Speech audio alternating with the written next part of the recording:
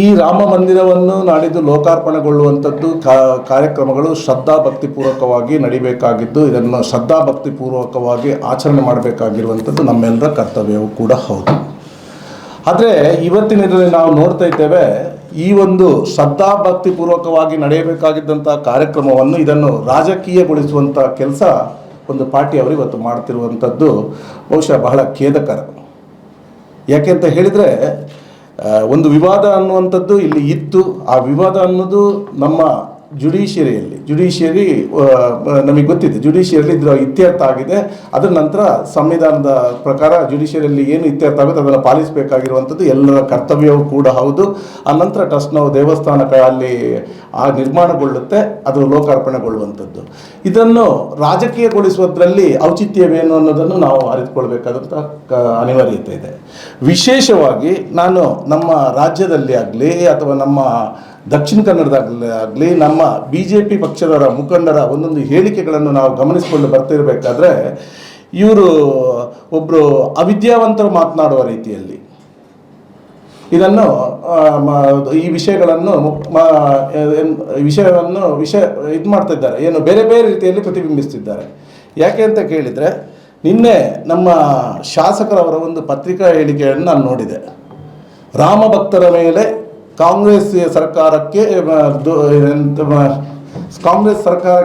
ಕೋಪವೇಕಿ ಎನ್ನುವಂಥದ್ದು. ಸ್ವಾಮಿ, ನೀವು ಯಾವುದಕ್ಕೆ ನೀವು ಕನೆಕ್ಟ್ ಮಾಡ್ತಾ ಇದ್ದೀರಿ ಅನ್ನೋ ಮಾತನ್ನು ಕೇಳ್ತಿದ್ದೇನೆ. ನೀವೊಬ್ಬರು ಅವಿದ್ಯಾವಂತರ, ನಿಮಗೆ ಸಾಮಾನ್ಯ ಜ್ಞಾನ ಅನ್ನೋದೇ ಇಲ್ವಾ ಅಂತ ನಾನು ನಿಮ್ಮನ್ನು ಕೇಳಲಿಕ್ಕೆ ಇಚ್ಛಿಸ್ತೇನೆ. ಯಾಕೆ ಅಂತ ಹೇಳಿದರೆ, ಹುಬ್ಬಳ್ಳಿಯಲ್ಲಿ 2 ಜನ ಆರೋಪಿಗಳನ್ನು ಹಳೆ ಪ್ರಕರಣದಲ್ಲಿ ಬಂಧಿಸಲಾಗುತ್ತೆ. ಈಗ ನೀವು ನೋಡ್ತಾ ಇದ್ದೀರಿ, ನಾನೊಬ್ಬ ವಕೀಲನಾಗಿ ಹೇಳ್ತಾ ಇದ್ದೇನೆ, ಯಾವುದೇ ಒಂದು ಕೇಸ್ ಆದಾಗ ಆ ಕೇಸಲ್ಲಿ ಒಂದು 6-7 ಜನ ಆರೋಪಿಗಳಿದ್ದರೆ 5 ಜನ ಆರೋಪಿಗಳು ನ್ಯಾಯಾಲಯಕ್ಕೆ ಹಾಜರಾಗ್ತಾರೆ, ಕೇಸನ್ನು ಅದು ಮುಕ್ತಾಯಗೊಳ್ಳುತ್ತೆ. ಉಳಿದ 2 LPC ಇಂಥದನ್ನು ಪೆಂಡಿಂಗ್ ಇಡುವಂಥದ್ದು, ಲಾಂಗ್ ಪೆಂಡಿಂಗ್ ಕೇಸ್ ಅಂತ ಹೇಳಿ. ಇದರಲ್ಲಿ ಈ ಪ್ರಕರಣದಲ್ಲೂ ಕೂಡ 2 ಹಳೆ ಆರೋಪಿಗಳಾಗಿದ್ದರು. ನೀವೇ ನಿಮ್ಮ ಇದರಲ್ಲಿ ಪೇಪರ್ನಲ್ಲೆಲ್ಲ ನೀವು ಮೊದಲು ಪ್ರಕಟಿಸಿದ್ದುಂಟು, 35 ವರ್ಷ ಹಳೆ ಆರೋಪಿಯ ಬಂಧನ. ಆವಾಗ 35 ವರ್ಷದ ಹಿಂದಿನ ಕರಸೇವೆಯ ಆರೋಪಿ ಅಂತ ಯಾರಾದರೂ ಬರ್ತಿದ್ದಾರಾ? ಇಲ್ಲ. ಹಳೆ ಆರೋಪಿ ಅಂದರೆ ಈಗ ಇದರಲ್ಲೂ ಕೂಡ ಅಷ್ಟೇ, 2 ಮೇಲೆ ಪ್ರಕರಣಗಳಿತ್ತು, ಕ್ರಿಮಿನಲ್ ಪ್ರಕರಣಗಳಿತ್ತು. ಅದು ಯಾವ ರೀತಿ ನ್ಯಾಯಾಲಯದ ಆಜ್ಞೆ ಯಾವುದಿರುತ್ತೆ, ನ್ಯಾಯಾಲಯದ ವಾರೆಂಟ್ ಇರುತ್ತೆ, ಅದರ ಪ್ರಕಾರ ಅವರನ್ನು ಬಂಧಿಸ್ತಾರೆ, ಬೇಕಾದ ಕಾನೂನು ರೀತಿಯ ಕ್ರಮ ತೆಗೆದುಕೊಳ್ತಾರೆ. ಅದನ್ನು ಈ ಹಿಂದೂ ಮುಸ್ಲಿಂ ಇದರ ಬಗ್ಗೆ ಲಿಂಕ್ ಮಾಡುವಂಥ ಅಗತ್ಯತೆ ಇದೆಯಾ ಮಾನ್ಯ ಶಾಸಕರೇ? ನಿಮಗೆ ಸಾಮಾನ್ಯ ಜ್ಞಾನ ಅನ್ನೋದಾದ್ರೂ ಇಲ್ವಾ? ಒಬ್ಬ ಶಾಸಕನಾಗಿ ನಿಮಗೆ ಆ ಸಾಮಾನ್ಯದ ಜ್ಞಾನ ಇರಬೇಕಿತ್ತು. ನೀವು ಜನರೊಂದಿಗೆ ಮಾತನಾಡಬೇಕಾದ್ರೆ, ಒಂದು ಪತ್ರಿಕೆ ಹೇಳಿಕೆ ಕೊಡಬೇಕಾದ್ರೆ ನೀವು ಸ್ವಲ್ಪ ಅದರ ಜವಾಬ್ದಾರಿಯಿಂದ ವರ್ತಿಸಬೇಕಾದ ಅಗತ್ಯ ಇದೆ. ವಿಶೇಷವಾಗಿ ಮುಖ್ಯಮಂತ್ರಿಗಳನ್ನು ಕೂಡ ದೂಷಿಸುವಂಥದ್ದು, ಗೃಹ ಮಂತ್ರಿಗಳನ್ನು ದೂಷಿಸುವಂಥದ್ದು ನಾವು ನೋಡ್ತಾ ಇದ್ದೇವೆ. ಈ ಕರ್ನಾಟಕದಲ್ಲಿ ಮಾನ್ಯ ಸಿದ್ದರಾಮಯ್ಯ ನೇತೃತ್ವದ ಕಾಂಗ್ರೆಸ್ ಸರ್ಕಾರ ಬಂದ ನಂತರ ಹಿಂದೂ ಸಮಾಜಕ್ಕೆ ಕೂಡ ಅನುಕೂಲ ಆಗುವಂತೆ ಹಲವಾರು ಕೆಲಸ ಕಾರ್ಯಗಳನ್ನು ಮಾಡಿಕೊಂಡು ಬಂದಿದ್ದಾರೆ. ವಿಶೇಷವಾಗಿ ನೀವು ನೋಡಿದಿರಿ, ಮೊನ್ನೆ ನಾವು ಶಬರಿಮಲೆಗೂ ಕೂಡ ರಾಜ್ಯದಿಂದ ವಿಶೇಷ ಬಸ್ಗಳನ್ನು ಬಿಡಲಾಯಿತು. ಧಾರ್ಮಿಕ ದತ್ತಿ ಇಲಾಖೆ ಬರುವಂಥ ದೇವಸ್ಥಾನಗಳಿಗೆ ಅದರ ಅರ್ಚಕರಿಗೆ ಗೌರವಧನ ಸಹಾಯಧನವನ್ನು ಹೆಚ್ಚಿಗೆ ಮಾಡಲಾಯಿತು. ಸಾಮೂಹಿಕ ವಿಮೆ ಮಾಡುವಂಥ ಕಾರ್ಯಕ್ರಮಗಳನ್ನು ಜಾರಿಗೊಳಿಸಲಾಯಿತು. ಹಾಗೆ ದೀಪಾವಳಿಯ ಸಮಯದಲ್ಲಿ ಗೋಪೂಜೆ ಮಾಡುವಂಥದ್ದು, ಎಲ್ಲ ಧಾರ್ಮಿಕ ದತ್ತಿ ಇಲಾಖೆಯ ಕ್ಷೇತ್ರಗಳಲ್ಲಿ ಬರುವಂಥ ಇದರಲ್ಲಿ ದೇವಸ್ಥಾನಗಳಲ್ಲಿ ಗೋಪೂಜೆಗಳನ್ನು ಮಾಡಬೇಕನ್ನುವಂಥ ಆಜ್ಞೆಯನ್ನು ಕೂಡ ಹೊರಡಿಸಿತ್ತು. ಅದಲ್ಲದೆ ಕಾಶಿಗೆ ಹೋಗುವಂಥ ಭಕ್ತರಿಗೆ ಗೌರವಧನವನ್ನು ಸಹಾಯಧನವನ್ನು ಕೊಡುವಂಥದ್ದನ್ನು ಕೂಡ 5,000ದಿಂದ 7,000 ರೂಪಾಯಿಗೆ ಏರಿಸಿದ್ದು ಯಾರು ಅಂತ ಕೇಳಿದರೆ ಕಾಂಗ್ರೆಸ್ ಸರ್ಕಾರ. ಇದನ್ನೆಲ್ಲ ನಿಮಗೆ ಕಣ್ಣಿಗೆ ಕಾಣಿಸೋದಿಲ್ವಾ ಅಥವಾ ನೋಡೋದಿಲ್ವಾ? ಇದರ ಬಗ್ಗೆ ಜ್ಞಾನ ಇಲ್ವಾ? ನಾನು ನಿಮಗೆ ವಿಶೇಷವಾಗಿ ನಮ್ಮ ಶಾಸಕರನ್ನು ಪ್ರಶ್ನಿಸ್ತಿದ್ದೇನೆ. ನೀವು ಆ 2 ಆರೋಪಿಗಳನ್ನು ಅರೆಸ್ಟ್ ಮಾಡಿದ್ದಕ್ಕೆ ಈ ರೀತಿಯ ಮಾತುಗಳನ್ನು ಆಡಿದ್ದೀರಿ.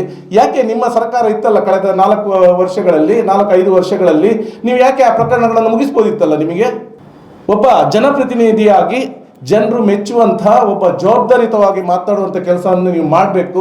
ಅದಲ್ಲದೆ ಈ ನಗರಗಳಲ್ಲಿ ನಾವು ನೋಡ್ತಾ ಇದ್ದೇವೆ, ಮಂಗಳೂರು ನಗರಗಳಲ್ಲಿ ಎಲ್ಲ ರಸ್ತೆಗಳನ್ನು ಅಗೆದು ಹಾಕಿರುವಂಥದ್ದು, ಧೂಳಿನಲ್ಲಿ ಹೋಗ್ಲಿಕ್ಕೆ ಆಗ್ತಾ ಇರೋದಿಲ್ಲ. ಎಷ್ಟೋ ಜನರು ಇದರಿಂದ ಆ ಡಸ್ಟ್ ಅಲರ್ಜಿ, ಅದರಿಂದ ಆರೋಗ್ಯ ಹಾಳು ಮಾಡಿಕೊಳ್ಳುವಂಥದ್ದು. ಅಂಗಡಿ ವ್ಯಾಪಾರಸ್ಥರು ಅವರು ಕೆಲವು ಸಲ ಅಂಗಡಿಗಳನ್ನು ಮುಚ್ಚಿ ಕೂತ್ಕೊಳ್ಬೇಕಾದಂಥ ಪರಿಸ್ಥಿತಿ ಇದೆ. ಇದರ ಬಗ್ಗೆ ನೀವು ಗಮನ ಏನಾದರೂ ಹರಿಸ್ತಾ ಇದ್ದೀರಾ? ಇದು ಬಿಟ್ಟು ಯಾವಾಗ ನೋಡಿದ್ರು ನೀವು ಈ ಈ ಧರ್ಮಗಳ ವಿಚಾರಗಳಲ್ಲಿ ಜನಗಳ ನಡುವೆ ಕಂದಕಗಳನ್ನು ಉಂಟು ಮಾಡುವ ಕೆಲಸಗಳನ್ನೇ ಮಾಡ್ತಾ ಇದ್ದೀರಲ್ಲ, ನಿಮ್ಮನ್ನು ಖಂಡಿತ ಆ ರಾಮದೇವರು ಕೂಡ ಖಂಡಿತ ಮೆಚ್ಚಲಿಕ್ಕಿಲ್ಲ ಅಂತ ನಾನು ಇವತ್ತಿನಲ್ಲಿ ಹೇಳಲಿಕ್ಕೆ ಇಚ್ಛಿಸ್ತೇನೆ. ನಮ್ಮ ಜಿಲ್ಲೆಯ ಅಥವಾ ಉಡುಪಿ ಜಿಲ್ಲೆಯ ಕೆಲವು ಶಾಸಕರುಗಳು, ಮುಖಂಡರು, ರಾಜಕೀಯ ಮುಖಂಡರು ರಾಜ್ಯ ಸರ್ಕಾರದ ಮೇಲೆ ಒತ್ತಡ ಆಗ್ತಾ ಇದ್ದಾರೆ, ನೀವು ರಜೆಯನ್ನು ಘೋಷಿಸಬೇಕು ಆ ದಿವಸ ಅಂತ ಹೇಳಿ. ಏನು ಸ್ವಾಮಿ, ನಿಮ್ಮ ಜನಗಳು ಪಾಪ ಏನು ಕುರಿಗಳು ಅಂತ ತಿಳ್ಕೊಂಡಿದ್ದೀರಾ ನೀವು? ಕೇಂದ್ರ ಸರ್ಕಾರದ ಕಾರ್ಯಕ್ರಮ ನಡೀತಾ ಇದೆ ಕೇಂದ್ರ ಸರ್ಕಾರದ ವತಿಯಿಂದ. ಕೇಂದ್ರ ಸರ್ಕಾರ ರಜೆ ಘೋಷಣೆ ಮಾಡಲಿ, ಮುಗೀತಲ್ವಾ? ನೀವು ಸುಮ್ಮನೆ ಇದು ಜನಗಳನ್ನು ಮೆಚ್ಚಿಸ್ಲಿಕ್ಕೋಸ್ಕರ ರಾಜ್ಯ ಸರ್ಕಾರಕ್ಕೆ ನೀವು ರಜೆ ಘೋಷಣೆ ಮಾಡುವುದು ಅಂತ ಹೇಳಿದ್ರಿಗೆ ಅರ್ಥ ಇಲ್ವಾ? ಆದ್ರಿಂದ ಈಗ ಜನಗಳು ಬುದ್ಧಿವಂತರಾಗಿದ್ದಾರೆ. ನೀವು ಹಿಂದೆಯಿಂದ ಇದನ್ನು ಮಾಡಿಕೊಂಡು ಬರ್ತಾ ಇದ್ದೀರಿ. ನಿಮ್ಮ ಕೆಲವು ನಾಯಕರು ಹೇಳಿಯೇ ಬಿಟ್ಟಿದ್ದಾರೆ. ಇಲ್ಲಿ ಮಂಗಳೂರು ಉಡುಪಿಯಲ್ಲಿ ನೀವು ಏನಿತ್ತು, ನಾವು ಲವ್ ಜಿಹಾದ್ ಅಥವಾ ಧಾರ್ಮಿಕ ಇದರಲ್ಲೇ ಇಟ್ಕೊಂಡು ಹತ್ಯೆ ಇದನ್ನು ಇಟ್ಕೊಂಡೆ ಮಾಡಿಕೊಂಡೆ ನಾವು ಗೆಲ್ಕೊಂಡು ಬರಬೇಕು ಅನ್ನುವಂಥ ಮಾತನ್ನು ಹೇಳ್ತಿರುವಂಥ ನಾವು ಗಮನಿಸಿದ್ದೇವೆ. ಆದರೆ ಇದು ಇನ್ನು ಹೆಚ್ಚಿನ ದಿವಸಗಳು ಇದು ನಡೆಯುವುದಿಲ್ಲ. ಜನಗಳು ಕೂಡ ಇವತ್ತು ಬುದ್ಧಿವಂತರಾಗಿದ್ದಾರೆ. ಆದ್ದರಿಂದ ನಾನು ನಿಮ್ಮ ಹತ್ರ ಕೇಳ್ತಿದ್ದೇನೆ, ಶಾಸಕರಾಗಿ ಆಯ್ಕೆಯಾಗಿದ್ದೀರಿ, ಜನಪ್ರತಿನಿಧಿಗಳು ಆಯ್ಕೆ ಮಾಡದವರು ಜವಾಬ್ದಾರಿಯಿಂದ ವರ್ತಿಸಿಕೊಳ್ಳಿ, ನಿಮ್ಮ ನಡವಳಿಕೆಗಳಲ್ಲಿ ಸುಧಾರಿಸ್ಕೊಳ್ಳಿ, ಎಲ್ಲರನ್ನು ಒಟ್ಟಿಗೆ ತೆಗೆದುಕೊಂಡು ಹೋಗಿ ಒಂದು ಸೌಹಾರ್ದಯುತ ವಾತಾವರಣ ಇರುವಲ್ಲಿ ಅದನ್ನು ಒಳ್ಳೆ ರೀತಿಯಿಂದ ಬೆಳೆಸ್ಕೊಡ್ಲಿಕ್ಕೆ ಹೋಗಿ ಅನ್ನೋದು ಬಿಟ್ಟು ಅದನ್ನು ಇನ್ನಷ್ಟು ಹಾಳು ಮಾಡುವಂಥ ಕೆಲಸಕ್ಕೆ ಮಾಡಬೇಡಿ ಅನ್ನೋಂಥ ಆಗ್ರಹವನ್ನು ನಿಮ್ಮ ಹತ್ರ ಮಾಡ್ತಾ ಇದ್ದೀನಿ.